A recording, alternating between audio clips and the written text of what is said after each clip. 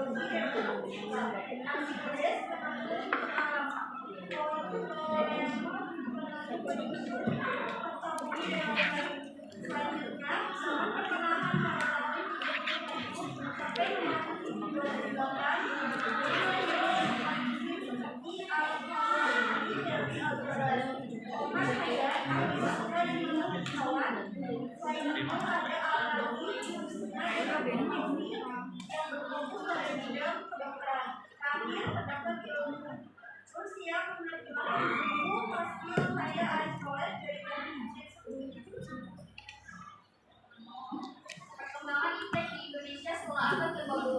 Setelah abad ke-20, iptek Indonesia mengalami perkembangan yang cukup pesat dan hampir sejalan dengan perkembangan iptek dunia. Hal tersebut ditandai dengan bermunculannya berbagai peralatan canggih yang belum ada sebelumnya, seperti radio, televisi, pesawat, dan lain sebagainya. Mulai ini berbagai peralatan tersebut sebagai salah satu dampak positif dari keberadaan bangsa barat di Indonesia. Sementara itu, perkembangan iptek secara nasional tidaklah secara langsung berdampak besar dengan adanya proklamasi kemerdekaan Indonesia. Hal tersebut disebabkan karena di masa awal kemerdekaan pemerintah lebih membesarkan perhatian pada kepentingan mempertahankan kemerdekaan Indonesia. Perkembangan iptek nasional barulah terlihat di masa pemerintah Orde Baru, di mana pemerintah Indonesia dan lembaga yang bertujuan untuk mengembangkan iptek nasional secara spesifik. Salah satu lembaga tersebut diberi nama Lembaga Ilmu Pengetahuan Indonesia atau melalui LIPI. Perkembangan iptek nasional mengalami perkembangan yang signifikan. Salah satu contoh perkembangan iptek nasional adalah sebagai adanya sistem komunikasi satelit domestik Palapa atau SKSD Palapa yang membuat penyiaran radio dan televisi berkembang pesat. Selain itu, pengembangan teknologi pesawat yang dipimpin oleh Profesor Dr. B.J. Habibie itu naungan PT Dirgantara Indonesia atau WINI. Perkembangan iptek setelah abad ke-20 dimulai dengan munculnya penemuan teknologi baru yang berguna untuk kepentingan masyarakat umum, seperti alat-alat rumah tangga hingga kesehatan. Abad ke-20 bahwa diawali oleh dua perang di dunia perang. Dunia turut berkontribusi terhadap kemajuan teknologi militer tiap-tiap negara, di mana pada akhirnya banyak dari teknologi militer yang diterapkan untuk kepentingan sipil dan tingkat. Suatu yang merupakan tonggak dari lahirnya fisika modern juga lahir pada abad ke-20. Penemuan bom atom merupakan potensi pemanfaatan dan cahaya energi nuklir. Penemuan yang dianggap salah satu penemuan terpenting manusia nantinya akan membuat ukuran komputer jauh lebih kecil. Selain perang dunia kedua, perang dingin juga berkontribusi terhadap kemajuan teknologi yang terbesar.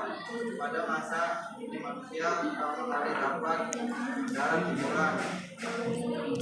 Penemuan DNA pada masa ini membuka babak baru pada ilmu genetik, teknologi, sains, masa menentukan angka kematian akibat karena penyakit seperti cacar dan polio, terutama pada negara perkembangan di Afrika.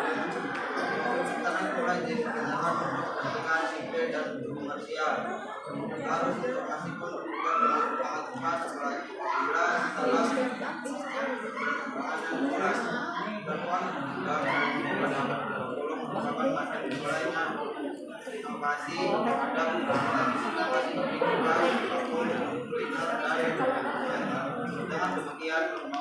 setelah abad ke-20 dimulai dengan munculnya perkembangan teknologi baru yang berguna untuk kepentingan masyarakat umum seperti alat-alat perkembangan dan kesehatan.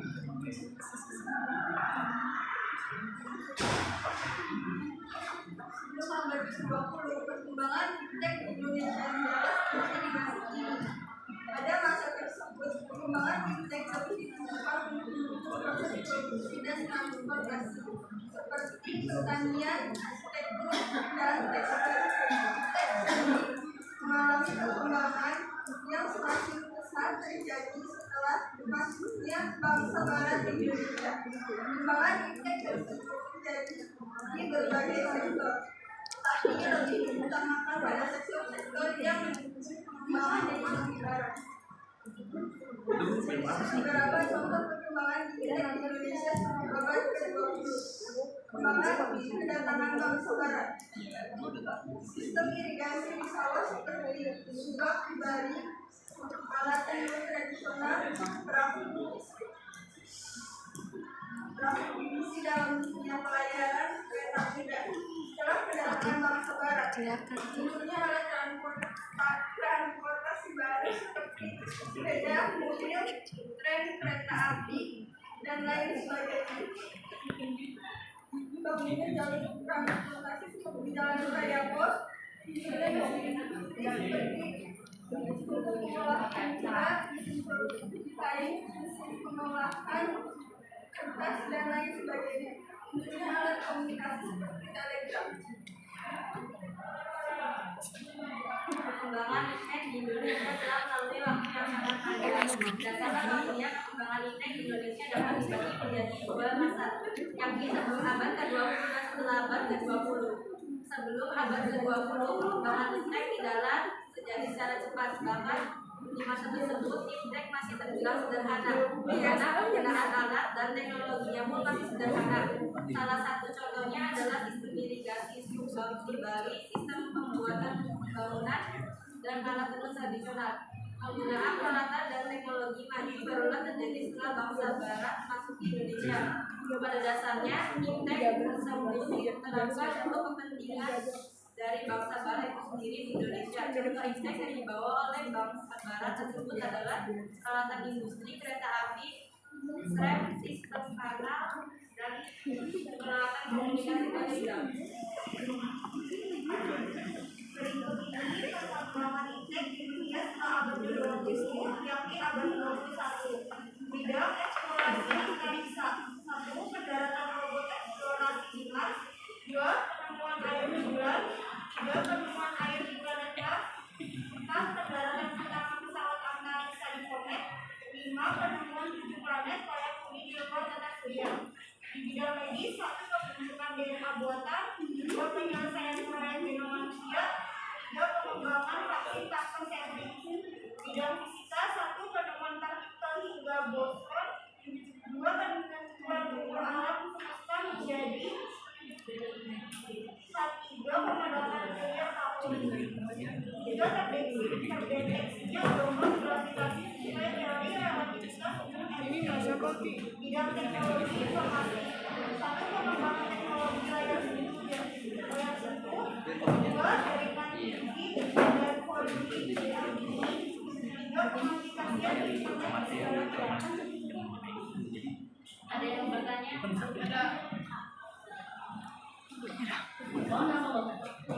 Kelap, Cok.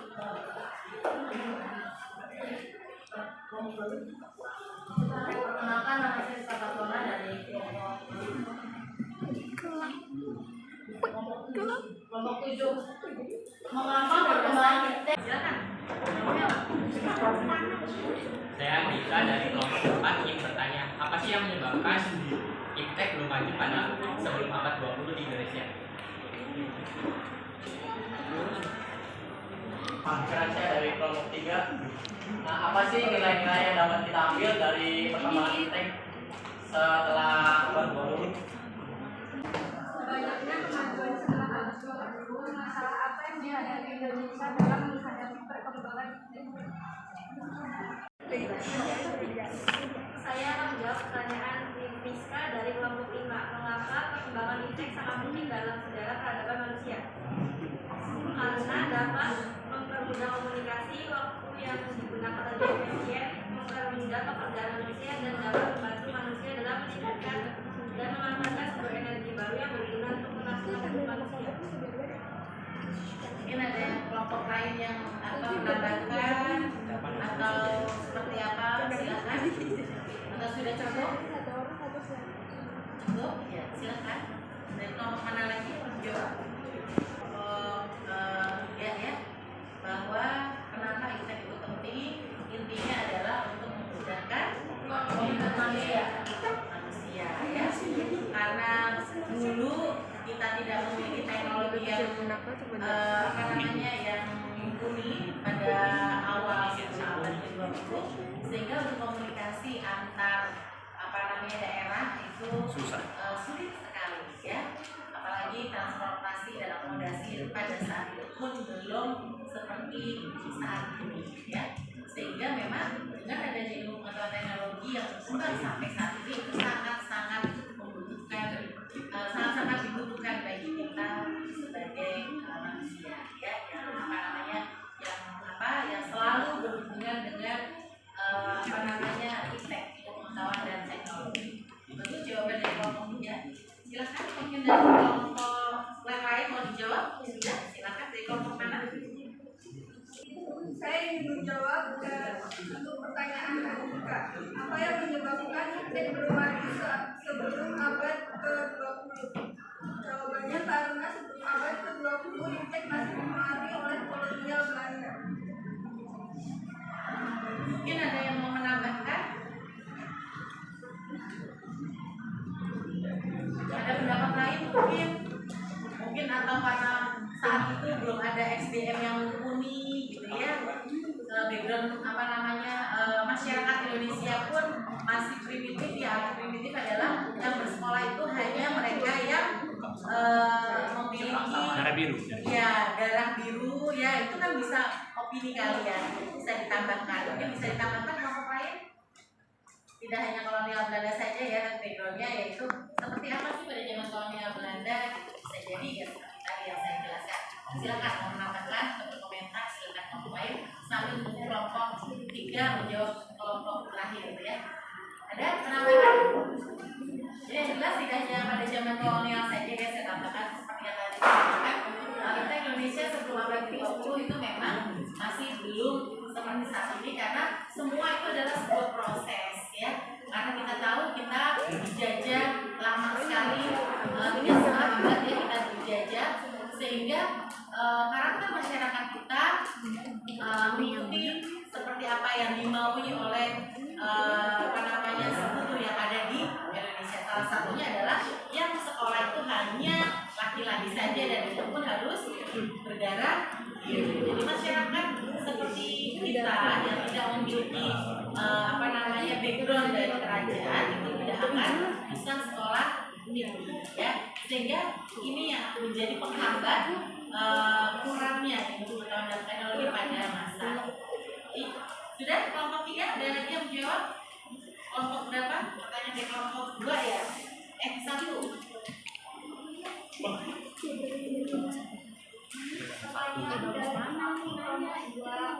Apa nilai yang dapat kita ambil dari Iptek hingga abad 20?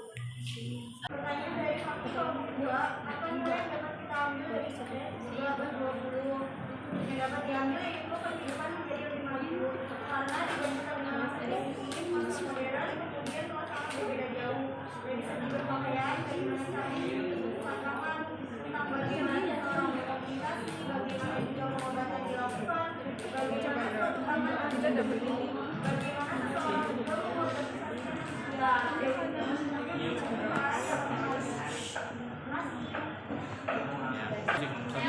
pertanyaan dari Eva dari kelompok 1. Pertanyaannya, masalah apa yang dihadapi Indonesia dalam menghadapi Iptek setelah abad ke-20? Yang pertama, rendahnya kemampuan Iptek nasional dalam menghadapi perkembangan global. Kedua, rendahnya kontribusi Iptek nasional dalam sektor produksi. Hal ini tambah dari kurangnya efisiensi dan rendahnya produktivitas serta meningkatkan kandungan teknologi dalam senjata dan ekspor. Yang ketiga, untuk mampu mengaktifkan mekanisme intermediasi Iptek yang menjembatani interaksi antara penyedia iptek dan berupa pengguna. Masalah ini terlihat dari seluruh catatannya interaksi iptek seperti yang mengelola dan menerjemahkan hasil pengembangan iptek menjadi interaksi komunikasi teknologi yang siap pakai untuk sistem produksi. Yang keempat, lemahnya sinergitas kebijakan iptek sehingga kegiatan iptek belum mampu menunjukkan hasil yang signifikan. Yang kelima, masih terbatasnya sumber daya kebijakan dari kualitas sumber daya manusia atau SDM dari kesediaan pendidikan di bidang iptek. Hal ini terlihat dari kecilnya jumlah tenaga peneliti di Indonesia. Yang keenam, sumber pembagian dari iptek di kalangan seluruh masyarakat seperti lebih suka membuat daripada membeli, lebih suka menciptakan daripada hanya memakai, serta lebih suka belajar dan berkreasi dibanding sekadar menggunakan teknologi. Untuk pembagian peran iptek dalam mengatasi degradasi lingkungan hidup, perlu berkembang sistem manajemen dan teknologi terkait lingkungan hidup mengakibatkan muncul berbagai permasalahan lingkungan. Yang kedelapan, masih lemahnya peran iptek dalam mengantisipasi dan menanggulangi bencana alam. Banyaknya korban akibat bencana alam menjadi indikator bahwa kemampuan iptek nasional belum optimal dalam memberikan antisipasi dan solusi strategis terhadap permasalahan bencana alam. Tidak kami. Yang dari kelompok kami